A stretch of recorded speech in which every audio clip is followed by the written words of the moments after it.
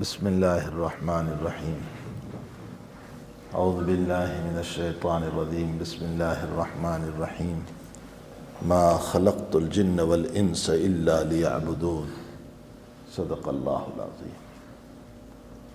میرے بھائیوں اور دوستو، بہت مشہور قرآن کی آیت ہے، روزمرہ ہم اس کو پڑھتے رہتے ہیں، تلاوت کرتے رہتے ہیں۔ ما خلقت الجن والانس الا لیعبدون۔ ہم نے انسان اور جنات کو ہماری عبادت کے لیے پیدا کیا۔ دنیا کی چیزوں کو، دنیا کی بہت ساری مخلوق ہے اللہ کی، اس کو اللہ نے عبادت کے لیے پیدا نہیں کیا ہے۔ ماؤنٹ اللہ کی عبادت کے لیے پیدا نہیں ہوئے، زمین اللہ کی عبادت کی۔ اور بات ہے کہ اللہ کا وہ کچھ نہ کچھ ذکر کرتے ہیں، قرآن و حدیث سے ثابت ہے کہ ماؤنٹ ذکر کرتے، ٹری اور درخت اللہ کا ذکر کرتے، زمین اللہ کا ذکر کرتی ہے، آسمان اللہ کا ذکر کرتا ہے۔ یہ اور بات ہے کہ وہ ذکر کرتے ہیں، اللہ تعالیٰ نے ان میں ذکر کا مادہ رکھا ہے، لیکن اصل جو ہے وہ ان کو عبادت کے لیے پیدا نہیں کیا۔ یہ جو ہے آسمان ہے، زمین ہے، پہاڑ ہے اور مون ہے، سن ہے، یہ سب اصل عبادت کے لیے پیدا نہیں ہوئے، عبادت کے لیے مجھے آپ کو پیدا کیا ہے۔ یہ کبھی نہیں ہو سکتا ہے کہ جو ہے آسمان جو ہے اللہ تعالیٰ کی معرفت حاصل کرے، زمین اللہ کی معرفت حاصل کرے، اور میں اور آپ ہم یوں کہہ دیں آسمان ولی بن گیا، زمین ولیہ بن گئی، سن ولی بن گیا، مون ولی بن گیا۔ یہ نہیں ہو سکتا ہے۔ ولی بننے کے لیے اللہ نے ہمیں مخاطب کیا۔ یہ جتنی چیزیں ہیں نا، یہ تو اللہ کی معرفت کے لیے ہے۔ قرآن میں جگہ جگہ اللہ تعالیٰ نے اس کی مثالیں دی۔ سن کو دیکھو، مون کو دیکھو، آفتاب کو دیکھو، مہتاب کو دیکھو، زمین کو دیکھو، ماؤنٹ کو دیکھو، پہاڑوں کو دیکھو، آسمانوں کو دیکھو، ستاروں کو دیکھو۔ کیسے کیسے دلائل اللہ قرآن میں دیتا چلا جا رہا ہے، اور اس انداز سے دلیلیں دیتا ہے کہ چھوٹی سی چھوٹی عقل والے کی سمجھ میں بھی آ جاتا ہے۔ ابراہیم علیہ السلام نے سارے بتوں کو توڑ دیا، اور بڑے بت کے گلے میں فاس رکھ دیا، توڑنے کا جو آلہ تھا۔ قوم نے کہا ابراہیم تو نے کیا؟ فرمایا بل فعلہ کبیرہم ھذا فاسألوہم ان کانوا ینطقون۔ اگر یہ بولتا ہو تو اسی کو پوچھو۔ ابراہیم یہ بتانا چاہتے تھے کہ تم ہی جواب دو، یہ بولتا ہے؟ وہ کہنے لگے ابراہیم یہ تو نہیں بولتا ہے۔ تو حضرت ابراہیم نے فرمایا لم تعبدون ما لا ينفعکم ولا یضرکم، کیوں عبادت کر رہے ہو اس کی جو تمہیں نفع بھی دے رہا ہے، تمہیں نقصان نہیں پہنچا رہا ہے۔ ایک جگہ اللہ بہت موٹی دلیل الہم ارجل یمشون بہا، ان بتوں کے، ان پتھروں کے کوئی پاؤں ہے جس سے وہ چلتے ہیں؟ ام لہم ایدی یبطشون بہا، ان کے ہاتھ ہیں جن سے وہ پکڑتے ہو؟ ام لہم اعین یبصرون بہا، کیا ان کی آنکھیں ہیں جن سے وہ دیکھتے ہو؟ نہیں، ان میں سے کوئی چیز ان کے پاس نہیں ہے، تو پھر کیوں ان کی عبادت کر رہے ہو؟ ایسے دلائل اللہ، کامن دلائل، اس کے لیے کوئی سائنس پڑھنے کی بھی ضرورت نہیں۔ اللہ کی توحید کے لیے سائنس پڑھنے کی کوئی ضرورت نہیں، اور اللہ کی وحدانیت کو سمجھنے سے لیے کوئی جغرافیہ یا کوئی میٹومیکس یا کوئی فلاں اور کوئی فلاں، اس کو پڑھنے کی کوئی ضرورت نہیں۔ ایک چھوٹی سی عقل والے کو بھی اللہ کی وحدانیت سمجھ میں آ جاتی کہ ایک اللہ ہے۔ تو یہ اللہ تعالیٰ نے قرآن کریم میں فرمایا کہ انسانوں، میں نے تم کو اور جنوں کو میری عبادت کے لیے پیدا کیا، تم میری عبادت کرو گے۔ اچھا، مفسرین ترجمہ فرماتے ہیں کہ یہاں لیعبدون بمعنی لیعرفون ہے، اللہ کی معرفت۔ معرفت کا معنی اللہ کو پہچاننا، اللہ کی معرفت۔ تو ہم نے انسان اور جنات کو، بہت گہری بات ہے، ذرا اپنے عقل کو کھولو تو سمجھ میں آئے گا۔ اللہ کہتا ہے کہ میں نے انسانوں اور جناتوں کو میری معرفت، میری پہچان کے لیے پیدا کیا، میرا انٹروڈکشن، میرا تعارف۔ تو اے اللہ تیری معرفت کے لیے جب تو نے پیدا کیا تھا تو لیعرفون کہنا چاہیے تھا، کیا تیرے پاس الفاظ کی کمی تھی؟ تو نے لیعبدون کیوں کہا؟ عبادت کا لفظ کیوں کہا؟ مفسرین فرماتے ہیں اللہ کی معرفت عبادت کے بغیر نہیں ہو سکتی، اللہ کی معرفت عبادت کے بغیر نہیں۔ نماز پڑھو گے اللہ کی پہچان ہوگی کہ ہم کس کو سجدہ کر رہے ہیں، روزہ رکھو گے اللہ کی پہچان ہوگی ہم کیوں بھوکے رہ رہے ہیں، ہمیں خواہش ہے بیوی سے کیوں الگ رہے، ہم نے ایک مال کو اللہ کے راستے میں نکالا 40%، 40واں حصہ کیوں نکالا، کس کے لیے دیا؟ ہم اتنا لمبا سفر کر کے 20 دن کے لیے جا رہے ہیں اور $17,000 $18,000 $20,000 خرچ کر کے وہاں تک جا رہے ہیں، کیوں جا رہے ہیں؟ کیا ہے وہاں؟ کچھ ہے وہاں؟ پھر اتنا دور اتنے پیسے خرچ کر کے کیوں جا رہے ہیں؟ اللہ کہتے ہیں عبادت سے میری پہچان ہوگی، اس لیے لیعبدون لائے۔ اس لیے بہت سے زمانے میں، اس زمانے میں بھی بہت سارے جاہل صوفیہ جو یوں کہتے ہیں کہ ہمیں تو اللہ کی پہچان ہے، عبادت کی کوئی ضرورت نہیں، ہمیں اللہ کی پہچان خوب ہے، ہمیں عبادت کی کوئی ضرورت نہیں، ہماری تو دل سے نماز ہوتی ہے۔ کہتے ہیں کہ ہماری اثر جو ہے، ہم اگرچہ یہاں بیٹھے ہوتے ہیں لیکن ہمارا دل جو ہے مکے میں پڑتا ہے، ہماری مغرب مدینے میں ہوتی ہے، ہماری عشاء بیت المقدس میں ہوتی ہے۔ یہ جہالت ہے، معرفت عبادت کے بغیر ہو ہی نہیں سکتی، اللہ کی عبادت کے بغیر معرفت ہو ہی نہیں سکتی۔ اگر اللہ کی پہچان عبادت کے بغیر ہوتی تو نبی آخری دن تک نماز پڑھ کے کیوں گیا؟ جس دن انتقال ہوا اس دن بھی عصر فجر پڑھ کے گئے، نماز نہیں چھوتی نبی کریم صلی اللہ علیہ وسلم کی، رمضان کا روزہ نہیں چھوتا حضور پاک صلی اللہ علیہ وسلم کا، اللہ کے راستے کی سخاوت نہیں چھوتی، حج بیت اللہ نہیں چھوتا۔ اگر معرفت عبادت کے بغیر ہو سکتی تھی تو نبی سب سے بڑا معرفت والا تھا، وہ عبادت چھوڑ دیتا؟ یہ امت کو جو ہے جہالت میں ڈالنے کی باتیں۔ قرآن کریم نے لیعبدون کہا، اشارہ کیا کہ عبادت کے بغیر معرفت، اللہ کی پہچان نہیں ہو سکتی۔ اور میرے بھائیوں، اب معرفت سے کیا ملے گا؟ اگر آپ کسی کو پہچان لو، آپ کو میں نہیں پہچانتا ہوں تو آپ کتنے ہی بڑے بزرگ کیوں نہ ہو، میں ملاقات لے کر ہٹ جاؤں گا، لیکن جب آپ کی بزرگی کا مجھے پتہ چل جائے کہ اوہو یہ تو حضرت ہے، یہ علامہ ہے، یہ فلاں ہے، یہ فلاں ہے، تو میں جھک کر بیٹھوں گا۔ معرفت کے بعد انسان کو محبت ہو جاتی ہے۔ اب سنو، معرفت سے کیا ملتا ہے، اللہ کی پہچان سے کیا ملتا ہے؟ یہ کیوں صوفیاء کرام، اولیاء کرام، بزرگان دین ہم کو کہتے ہیں اللہ کی معرفت رکھو، اللہ کی معرفت رکھو؟ یاد رکھو، اللہ کی ذات کی معرفت کسی کو نہیں ہو سکتی، اس کی ذات تو وراء الورا ہے، کوئی جان ہی نہیں سکتا کہ اس کی ذات کیسی ہے۔ هو الاول والآخر والظاہر والباطن، وہ اول ایسا ہے کہ اس کا پتہ ہی نہیں وہ کب سے،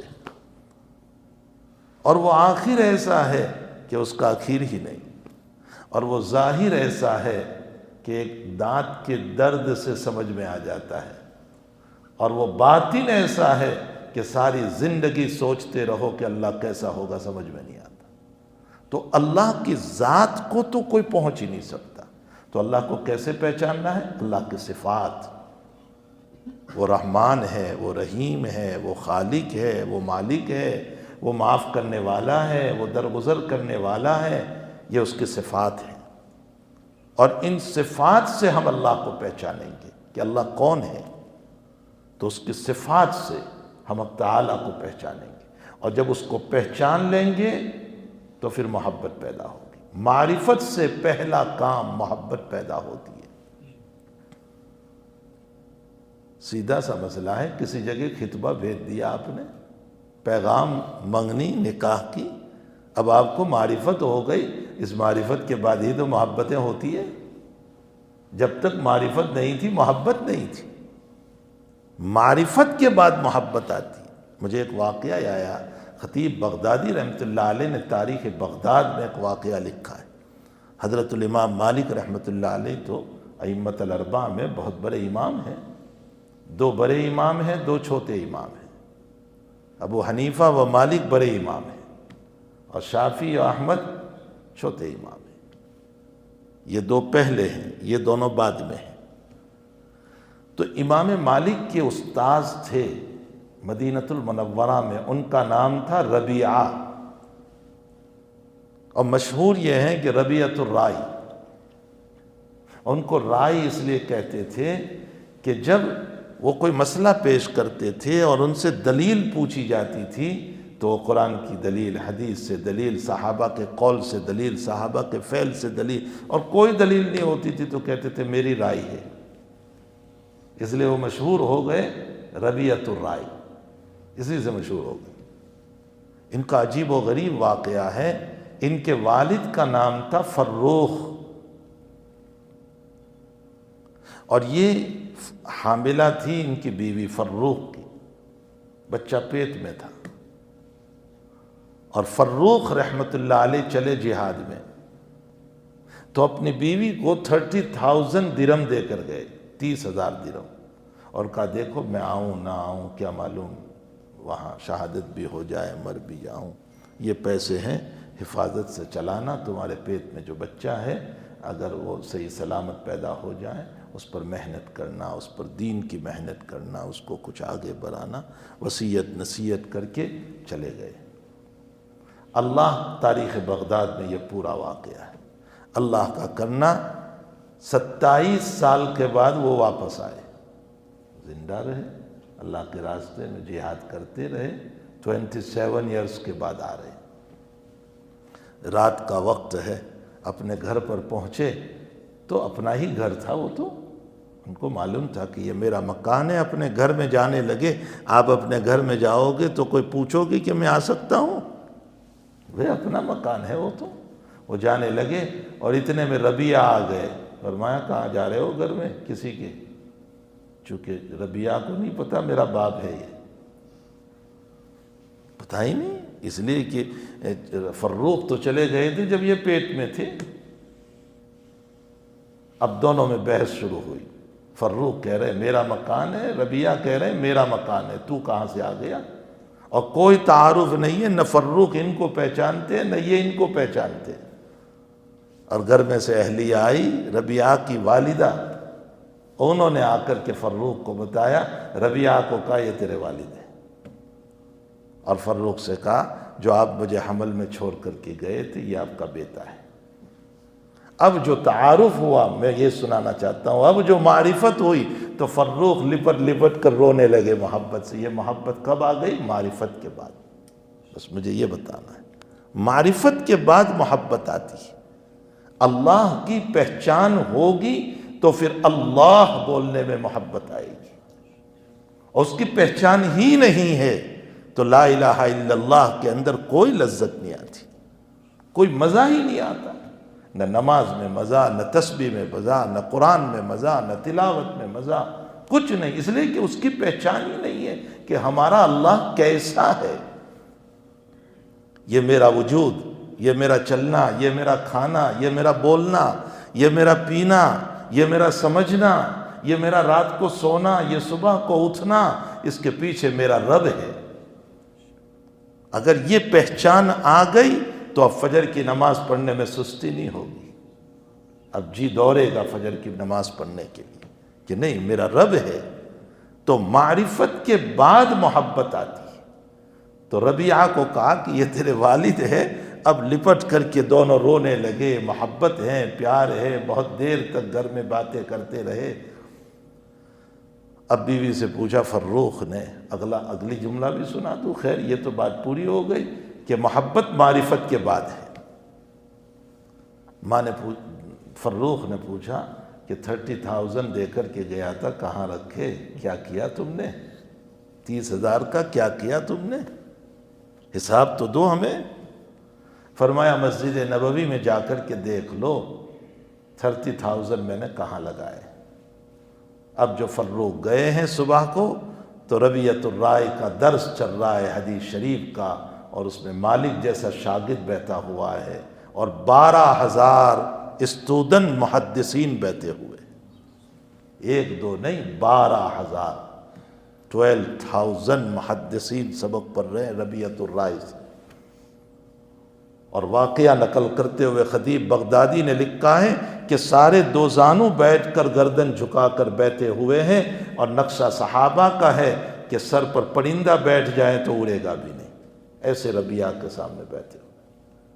آئے گھر پہ فروخ اور فرمایا میرے 30,000 کامیاب ہو گئے، الحمدللہ۔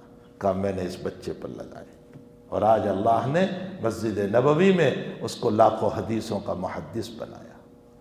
تو خیر میرے بھائیوں، ما خلقت الجن والانس الا لیعبدون ای لیعرفون، ہم نے انسانوں اور جناتوں کو ہماری معرفت کے لیے پیدا کیا تاکہ دنیا میں ہمیں پہچانو، اور پہچانو گے تو ہماری محبت پیدا ہوگی۔ جب تک اللہ کو نہیں پہچانیں گے وہاں تک محبت پیدا نہیں ہو سکتی ہے، وہاں تک عبادت میں لذت نہیں آ سکتی ہے، وہاں عبادت میں مزہ نہیں آئے گا۔ تو پہلا معرفت کا فائدہ یہ ہے کہ اللہ کی محبت نصیب ہو جاتا ہے، اور دوسرا فائدہ یہ ہوگا کہ اگر ہم اللہ کو پہچانیں گے تو اللہ کا شکر نصیب ہو جائے گا، زندگی میں شکر کرنا نصیب ہو جائے گا۔ حضور پاک صلی اللہ علیہ وسلم فرماتے ہیں انا اتقاکم واعلمکم باللہ، میں سب سے زیادہ اللہ سے ڈرنے والا اور سب سے زیادہ پہچاننے والا ہوں، مجھ سے زیادہ پہچاننے والا کوئی نہیں۔ اللہ کو جتنا میں پہچانتا ہوں اتنا کوئی نہیں پہچانتا۔ اچھا، یہ معرفت جب نبی علیہ السلام کو تھی تو اب شکر کیسے آیا وہ بھی دیکھو۔ حضرت عائشہ رضی اللہ تعالیٰ عنہ فرماتی ہیں کہ ایک رات میری باری تھی، بخاری شریف میں حضرت میری باری میں رات میں تشریف لائے، تھوڑی دیر میرے ساتھ سوئے، پھر کچھ بے چینی شروع ہوئی، حضرت کو کروٹ بدلنے لگے، تھوڑی دیر ہوئی اور فرمایا عائشہ دعنی، مجھ کو چھوڑ دے تاکہ میں اپنے رب کے سامنے کھڑا ہو جاؤں۔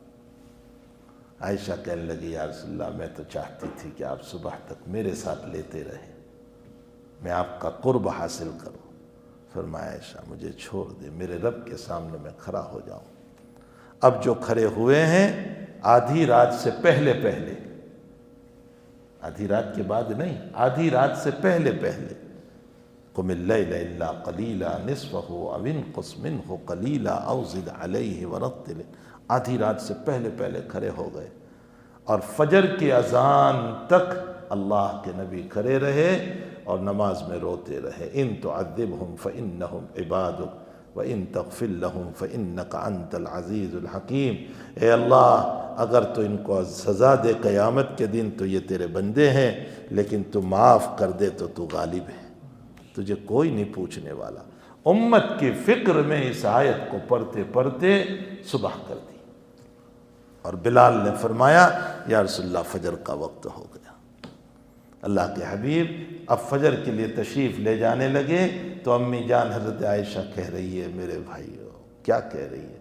فرمایا یا رسول اللہ آپ کے تو کوئی گناہ نہیں، اتنی تکلیف، اتنا کھڑے رہے آپ، اتنا کھڑے رہے۔ فرمایا یا عائشہ افلا اکون عبدا شکورا، میں اپنے اللہ کا شکر گزار بندہ نہ بن جاؤں جس نے مجھے معاف کیا، معصوم بنایا، میرے اوپر اتنے احسانات کیے، میں اس کا شکر گزار بندہ نہ بنوں؟ معلوم ہوتا ہے شکر کی توفیق معرفت کے بعد ہے، اللہ کو پہچانیں گے تو معرفت آئے گی۔ اسی لیے اللہ تعالیٰ نے حضور پاک صلی اللہ علیہ وسلم کو فرمایا ان لک فی النہار سبحا طویلا، سبحا، سبح یسبح کا معنی تیرنا، سوئنگ کرنا، سوئمنگ کرتے ہیں نا، یہ معنی ہوتا ہے سبحن کا۔ اللہ کہہ رہا ہے اے میرے محبوب صلی اللہ علیہ وسلم تمہیں دن میں بہت سوئمنگ کرنا رہتا ہے، بہت تیرنا رہتا ہے، تو نبی کب تیرنے گئے؟ وہ ہماری طرح کاٹیج پر جاتے تھے، وہ گھومنے جاتے تھے کہ چلو تھک گئے ہیں ذرا کاٹیج پر چلے جائیں 2-4 دن؟ وہ گھومنے جاتے تھے، تفریح کے لیے جاتے تھے، کہاں کہیں کسی ریور پر، سمندر پر حضرت تیرنے گئے ہیں۔ پھر قرآن نے سبحن کیوں کہا؟ اس کی وجہ یہ ہے، مفسرین فرماتے ہیں کہ جب انسان سوئمنگ کرنا شروع کرتا ہے، تیرنا، تو بیچ میں رکتا نہیں ہے، ریور لمبی ہے، اور بیچ تیرنا جب شروع کرتا ہے تو بیچ میں یہ نہیں سوچتا چلو ذرا چائے پی لیں پھر چلیں گے، نہیں، وہ تو مسلسل چلتا ہے۔ سبحن کا لفظ لا کر بتایا میرے محبوب تمہیں دن بھر مسلسل کام کرنا ہے، مسلسل کام کرنا ہے، ایسے کام کہ ایک جماعت دوسری جماعت، ایک کو تبلیغ دوسرے کو، ایک کو ہدایت دوسرے کو، بیٹھے ہوئے ہیں آپ دن بھر۔ تو دن بھر آپ کام کرو گے تو میرے محبوب مجھ سے باتیں کب کرو گے تم؟ اللہ کہہ رہا ہے مجھ سے باتیں کب کرو گے؟ دن بھر تو تم لوگوں سے باتیں کرتے رہتے ہو، تو مجھ سے کب باتیں کرو گے؟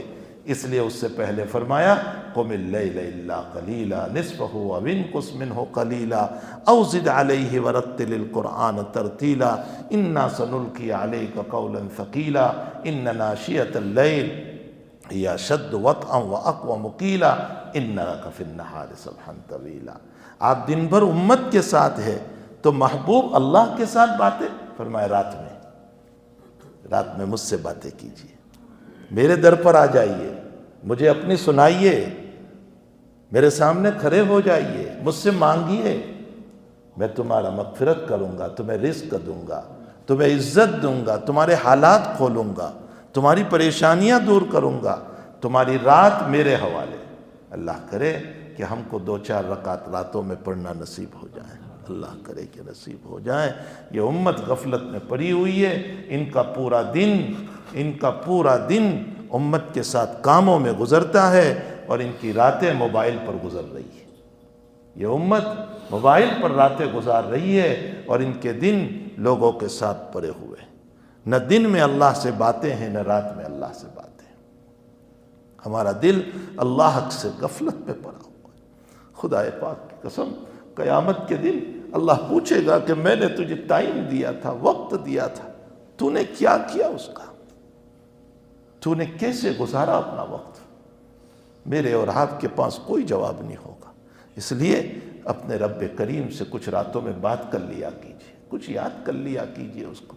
دن بھر تو مشاغل ہوتے ہیں ہمارے، اس سے باتیں، یہ جاب ہے، فلاں جاب ہے، یہاں جانا ہے، وہاں جانا ہے، اس سے ملنا ہے، اس سے ملنا ہے۔ اور نبی تو ہماری طرح دنیا کے کام بھی نہیں کرتے تھے، وہ تو دین کا کام کرتے تھے، مکمل تبلیغ ہے اور لوگوں کی ہدایت ہے، اسی میں ہے۔ اس کے باوجود یہ کہا کہ تم یہ نہ سمجھو کہ ہم پڑھا رہے ہیں، ہم تبلیغ کر رہے ہیں، ہم بخاری پڑھا رہے ہیں، ہم درس دے رہے ہیں، ہم ترمذی پڑھا رہے ہیں، ہم مسلم پڑھا رہے ہیں تو ہم دین ہی کا کام کر رہے ہیں۔ نہیں، وہ مخلوق کے ساتھ جڑے ہوئے ہو، ذرا ہم سے باتیں کیجیے، ہم سے باتیں کیجیے تم۔ یہ بہت لطیف اشارہ ہے، بہت لطیف۔ تو معرفت کے کیا فوائد ہیں؟ پہلا فائدہ محبت نصیب ہوتی ہے، دوسرا فائدہ شکر کی توفیق ہوتی ہے، اس کے علاوہ بھی بہت سارے فوائد ہیں۔ انشاءاللہ زندگی رہی تو اگلی مجلس میں ہم ان فوائد کو سنیں گے، پڑھیں گے، تاکہ اللہ تعالیٰ اپنی معرفت سے ہمیں مالا مال فرمائے۔ وصلی اللہ علی النبی الکریم، سبحان اللہ وبحمدہ، سبحانک اللہم وبحمدک، نشہد ان لا الہ الا انت، نستغفرک ونتوب الیک۔